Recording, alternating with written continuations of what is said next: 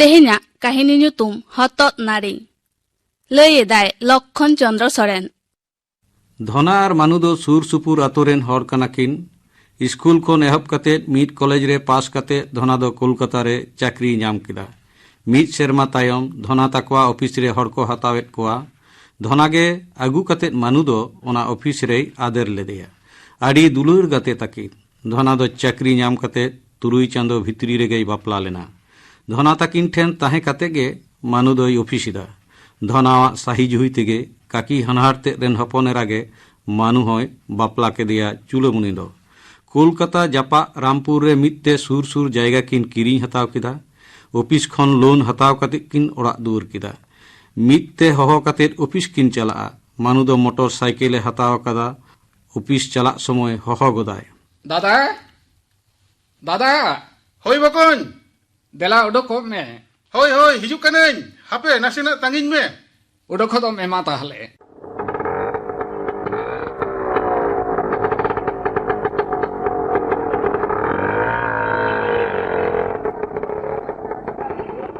आदो बानाहर मित्ते स्टेशन किन चला। गैरेज रे मोटरसाइकिल दोहो हटो कते ट्रेन ते हावड़ा किन हिजुआ।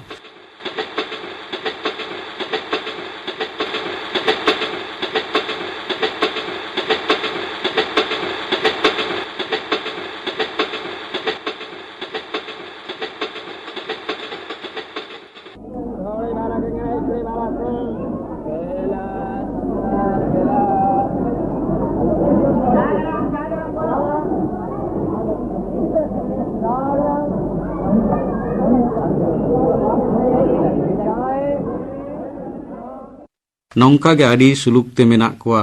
मानु ताकिन रेन दो मेट्टांगे कुड़ी गिद्र सुमोना। धना ऑफिस कोने हेज लेन खान मानु रेन गिदर सुमोना धना ताकिना ओड़ा दड़ कते बोलोना आरे मेना देन मरायो लाडू देन देन होय माफ कने यापे से ओडो बचो में हापे ने सामने ने धना रेनी पानी हो धना बैग खन लाडू ओडक कते इमाया। धना ताकिन ठेन सुमोना खूबे लता आकना। बारिया संसार रेन नुई सुमोना गे चेरो बेरो आंदोड़ का। नोआ संसार रे हाहाड़ा माया जालम। संसार रेना सुलूक शांति चिन्हौ दाड़े दो खूब कम होड़ा गे मेना। विवेक रेना मेद दोय काड़ा दोहया लोभ आर हिंसा।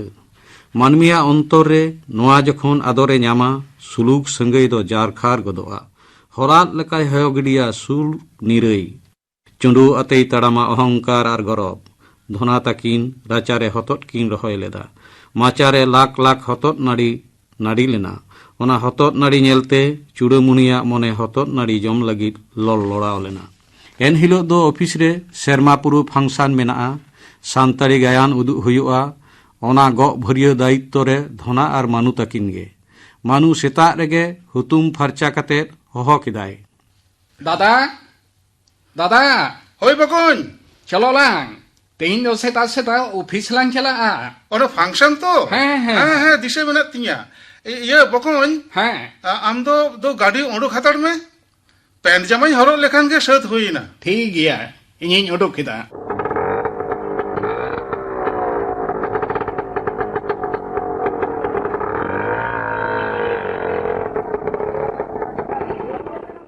मिड घड़ी तायनम मोटर साइकिल ते स्टेशन किन सेटेरना। ट्रेन रे देज कते हटा पटा साडियाते ट्रेन दो हावड़ा से दड़ किदा।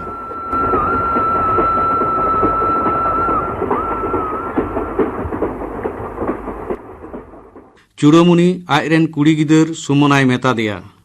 दोसे बिटी आ मारांग एवठेन खन हतत नाड़ी कोय अगुई में पुस्तु सांग बन उतुया होय चला कनई मरायो मरायो चे बिटी होय दाम हतत नाड़ी देन एमालेम उतुयाले दिला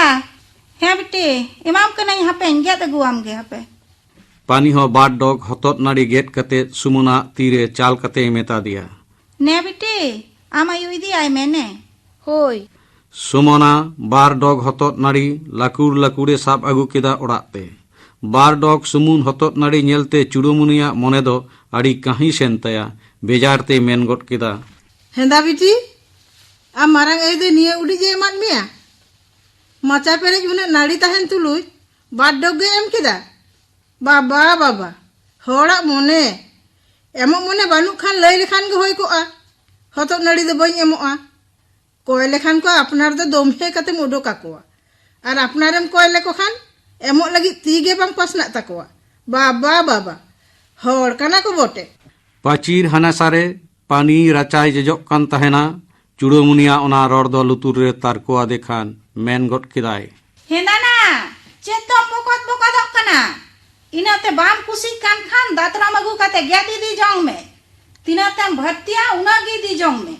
तुर नुई सीमरा पा हो नोंडे गे ये केदा सारा दिन नोंडे आर नोंडे गे तोर बाछा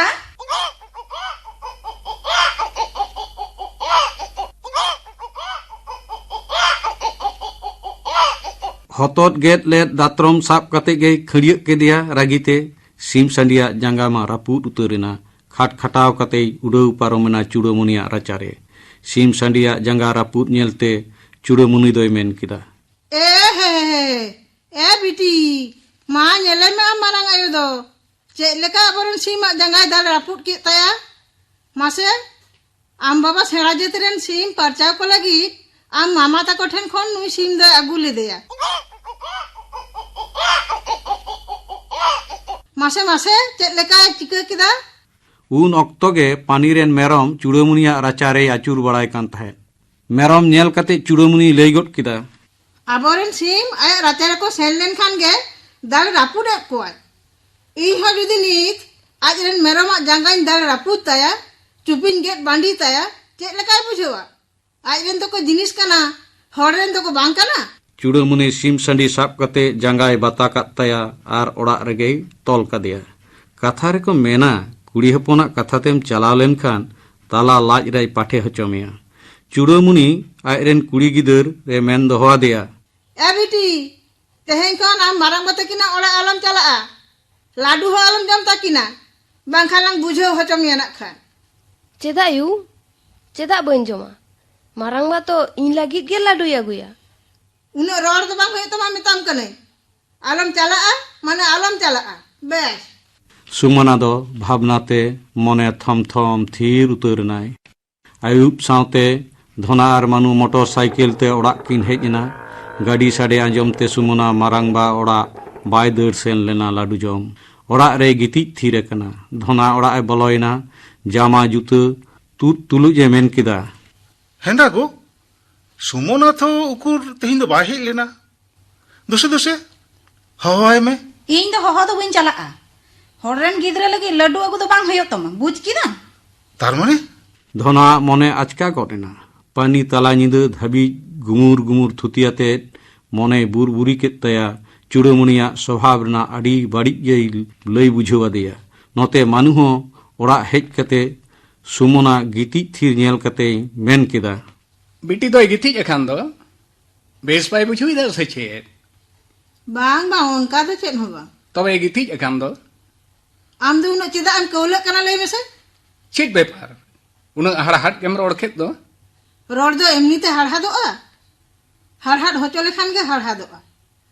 हानी कोचारी सीम संडी नेले ता चिट चिके खाना साधेर हिली में दाल रापुट आका दिया ओ ओनातेम पकपको कना ठीक गया ओनाते दो चिट चिके कना बार हफ्ता तेगे बेसुआ ओना दो आलम भाबितोआ फंक्शन रेना कामी धकल ते नते पानिया कथा आंजमते धोना हड़मो सेते मने सेते काहिल उतरेना हड़मो रे ताला निदे खन रुआ एहब अकान तया सेता ते दो बेहुस कते गिति थीर कना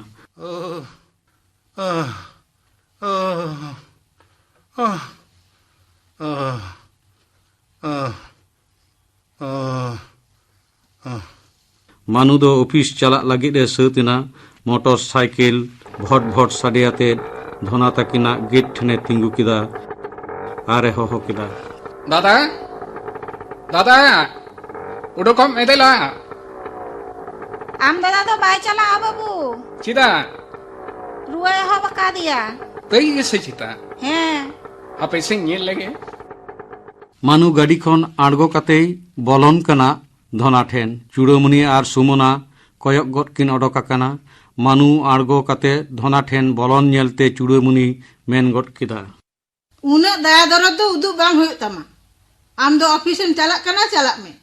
बिलोमक कना दो बाबू आम दो ऑफिस चला में ᱧᱟᱛᱟᱭ ᱨᱟᱭ ᱨᱟᱜᱤᱜ ᱠᱟᱱᱟ हर को रुआ हसुआ आमा दो चेद बहक पड़ा कान तमा चेद एम लई केदा बाहण्यार में रुवाक कना आर नोंकाम रोड़ेदा रुआ हासो दुख विपद यदि बाबन नेलोआ ताहले चेद लागिद सुर सुर हर दो को पेड़ाआ चूड़ामुनी आर मानु तकिन दमे किन रगड़ झगड़ेना मानु दो ओकागे बाय बुझ दाड़ेयाक कान तहेन तायनम ते सुमना ठेन खन सानामा आंजम कते मानु झतोय बुझ नाम केदा आरे लई केदाय आबेन ᱧᱟᱛᱤᱭᱟ ᱵᱚᱭᱦᱟ ᱠᱩᱲᱤᱭᱟᱜ ᱠᱷᱟᱹᱯᱟᱹᱨᱤ ᱨᱮᱱᱟᱜ ᱠᱷᱤᱫᱩᱧ ᱪᱷᱟᱛ ᱛᱤᱭᱳᱜ ᱠᱮᱫᱟ ᱥᱤᱢ ᱢᱮᱨᱚᱢ ᱟᱹᱥᱩᱞ ᱫᱚ ᱵᱟᱝ ᱢᱚᱱᱮᱨᱮ ᱦᱤᱝᱥᱟᱹ ᱵᱤᱱ ᱟᱹᱥᱩᱞ ᱟᱠᱟᱣᱱᱟ ᱦᱚᱛᱚᱫ ᱱᱟᱹᱲᱤ ᱫᱚ ᱵᱟᱝ ᱢᱚᱱᱮᱨᱮ ᱨᱤᱥᱟᱹᱣ ᱱᱟᱹᱲᱤ ᱞᱟᱠᱞᱟᱠᱟᱜ ᱠᱟᱱ ᱛᱟᱵᱤᱱᱟ ᱦᱟᱯᱮ ᱫᱟᱫᱟᱭ ᱵᱮᱥ ᱞᱮᱱᱜᱮ ᱛᱟᱨᱯᱚᱨ ᱟᱵᱮᱱ ᱵᱚᱭᱦᱟ ᱠᱩᱲᱤᱭᱟᱜ ᱨᱟᱱ ᱫᱚ ᱵᱟᱱᱟ ᱦᱚᱲ ᱛᱮᱜᱮᱞᱤᱧ ᱠᱚᱴᱮᱡᱟ ᱦᱚᱛᱚᱫ ᱱᱟᱹᱲᱤ ᱠᱷᱟᱹᱛᱤᱨ ᱱᱩᱱᱟᱹᱜ ᱠᱟᱱᱰᱚ ᱚᱱᱟ ᱦᱚᱛᱚᱫ ᱱᱟᱹᱲᱤ ᱜᱤᱧ ᱛᱩᱫ ᱜᱤᱰᱤ ᱠᱟᱜᱼᱟ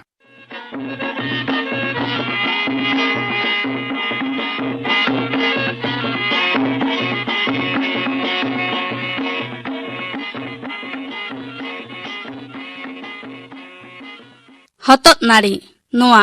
गायन गालांग काहिनी पे आजम केदा नोआ रेको सेलेद लेना धना परिमल हेम्ब्रम पानी श्रावणी हासदा सुमना माला मिरु हासदा